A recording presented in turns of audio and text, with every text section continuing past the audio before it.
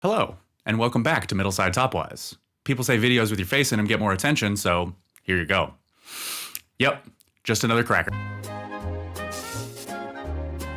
If you're immediately turned off by my unmelanated visage, I encourage you to go check out Rap Critic's Best Rap Lyrics of 2021, which I had the opportunity to edit.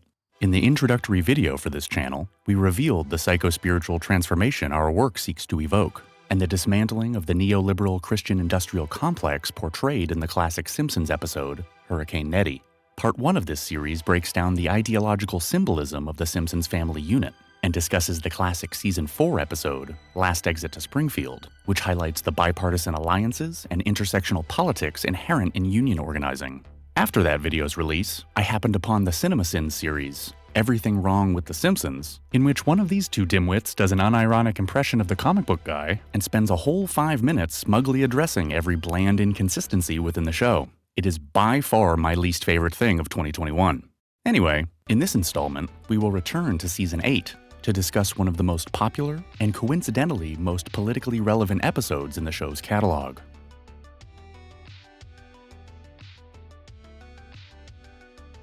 Speaking of schlubby libertarians, this episode was written by the infamous John Swartzwelder. With 59 episodes to his name, he's also credited as consultant on hundreds of scripts, making him the most prolific Simpsons writer of all time.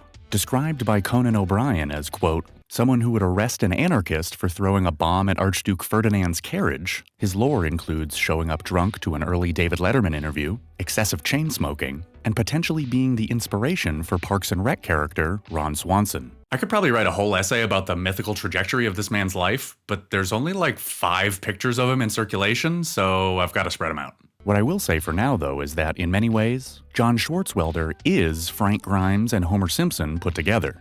The story begins with a puff piece on a 35-year-old man who has recently received a correspondence degree in nuclear physics. Right off the bat, we have multiple instances of social commentary that transcends the political spectrum. First, of course, is the flippant and almost sociopathic nature of mainstream news, as a series of cruel images document Frank's demise, including 16mm footage of his parents abandoning him. One begins to see how the objectification of the working class is repackaged and cannibalized for the media cycle.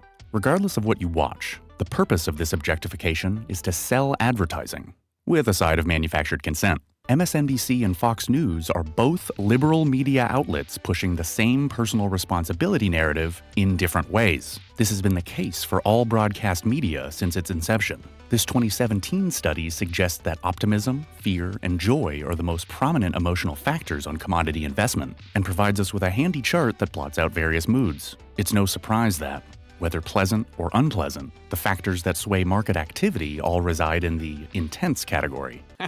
Which, if true, means death for us all. In this heightened state, the desensitized boomer sees pseudo-inspirational schlock like this as life-affirming, and will readily open their wallet in the name of enlightened self-interest. I want to make him my executive vice president. However, like many acts of philanthropy, these hollow gestures can easily be ignored by the petty whims of the elite, and usually amounts to nothing more than the proverbial throwing of scraps to the hungry. Oh yes, that fellow.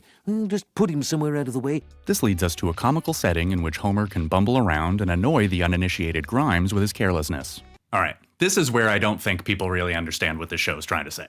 The scene shifts to City Hall, where Marge is looking to purchase a vanity license plate, escorted by her son Bart. How about Mitzi? If it's not clear, the entire B-plot of this episode is spurred on by a bourgeois housewife casually wasting the time and resources of government agencies. Not only that, the mere access Bart has to these facilities provides him with a business opportunity that few others would have handed to them. Looks like my years of hard work have finally paid off. From Bill Gates to Kid Rock, privilege makes the man in America. Success under capitalism is not about hard work. It simply means knowing how to be in the right place at the right time. Bart is so bored with his current level of entitlement that he's willing to blindly throw money away just to see what happens. $1. I have a buck. I have $1 there. $1, $1, do I have two? $2, sold for $1. Cool, what'd I buy?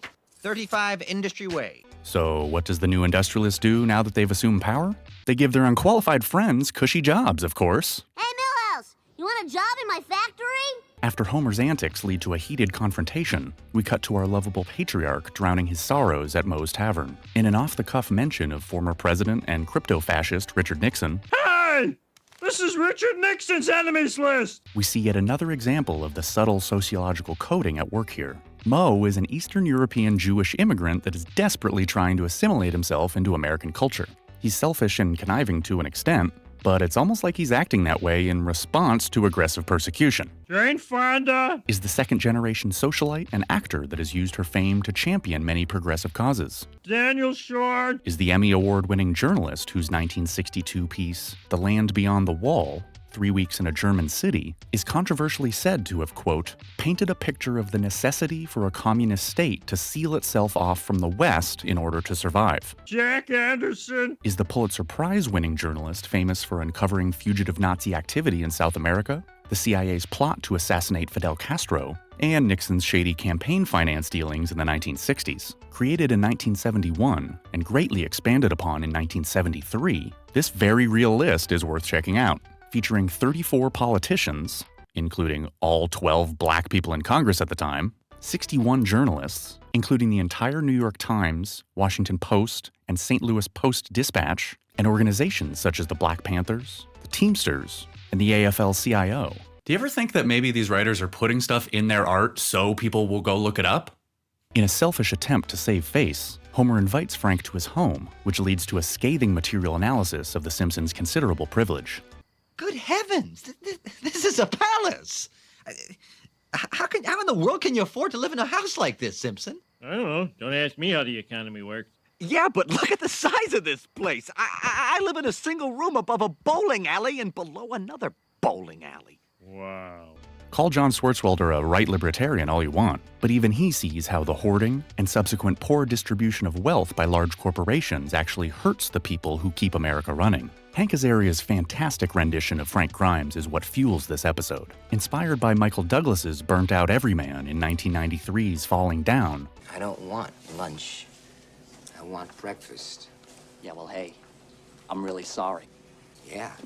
Well, hey, I'm really sorry, too. And William H. Macy's put-upon car salesman in 1996's Fargo, the character is equally angry and exhausted by a system of merit that functions like the state lottery. What if a real person had to deal with Homer Simpson? Which I also found very compelling. It was fun to because there's an act, playing, look, when I play Chief Wiggum reacting to Homer, Chief Wiggum, maybe that's not a great example because Wiggum's pretty stupid in his own right. Or say Moe or whoever. You try to react like, you're really stupid, pal. I mean, that's part of your performance. But there's only so far you really go with that. But it was fun to play somebody who's sort of calling the character on how ridiculous he was and is. In true Schwartzweldian fashion, had to get that in at least once, Bart's increasingly irresponsible decisions lead to the collapse of his new business. And this storyline is never heard from again. Milhouse, how could you let this happen? You were supposed to be the night watchman. I was watching. I saw the whole thing. First it started falling over, then it fell over. In the dramatic third act, Frank dedicates himself to exposing Homer's inadequacies and has a violent nervous breakdown in the process. Despite the validity of his protests, nothing changes. If anything, the workers are more convinced that staying quiet and adhering to the status quo is the easiest way to get by. Change the channel, Marge. That's our Homer. Thanks for watching. Much more on the way, so stay tuned.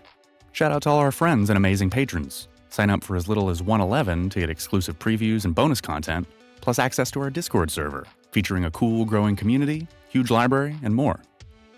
Good night, and good luck.